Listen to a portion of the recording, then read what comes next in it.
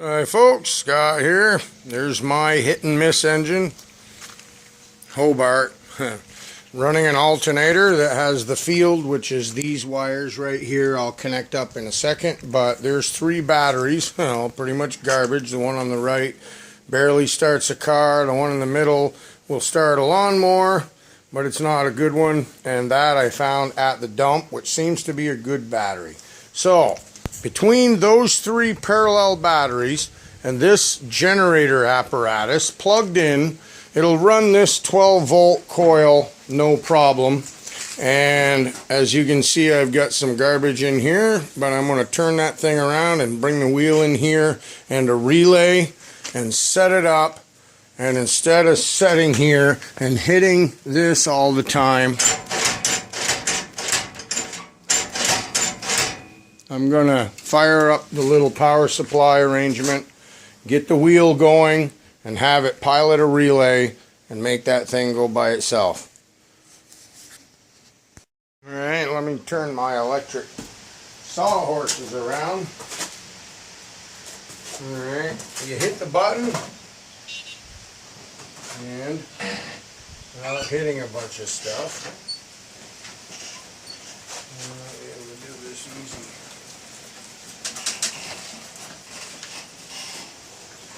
And there you go. And I'll put a door across that. Wheel on there. Be back in a second. Okay, quite a scene change, but there's all the accoutrements. There's the wheel, a little battery that's running it, but I got it jumped from over here so that while it's running it would charge, similar to Ed's setup.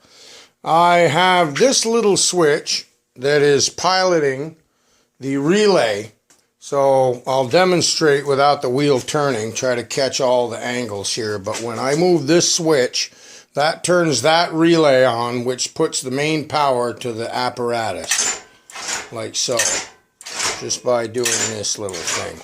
So now I'll give the wheel a spin as I got it connected up.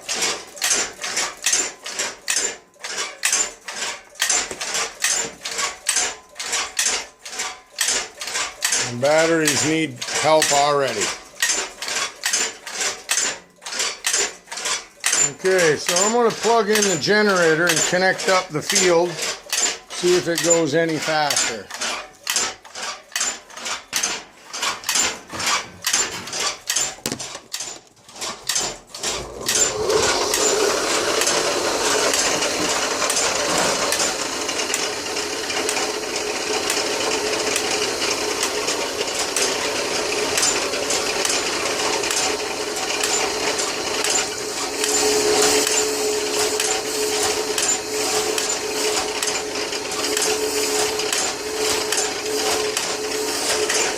Hear it surging now.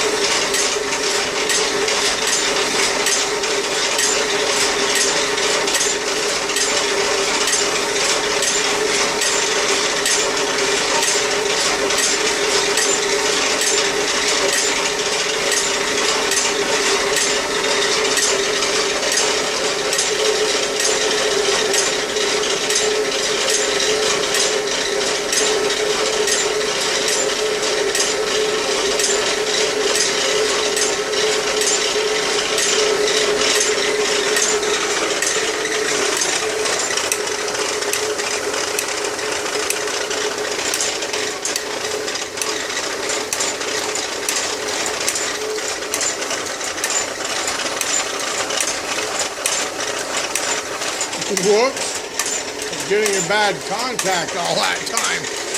There it goes.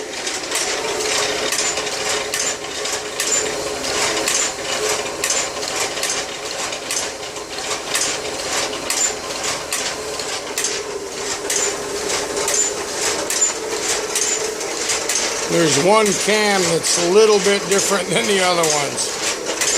So it causes a little bit of... Okay, that's my warning. What that really is the generator rubbing up against that tin.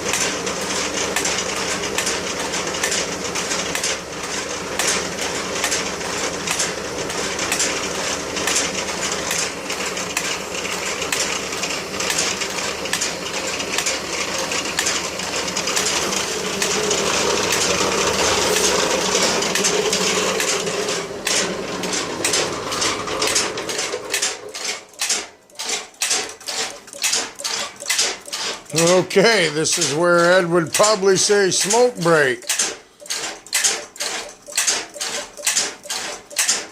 as the batteries would continue to charge in his case. In my case, I'm going to shut it off and let the batteries charge, because it does make a difference to give them a break.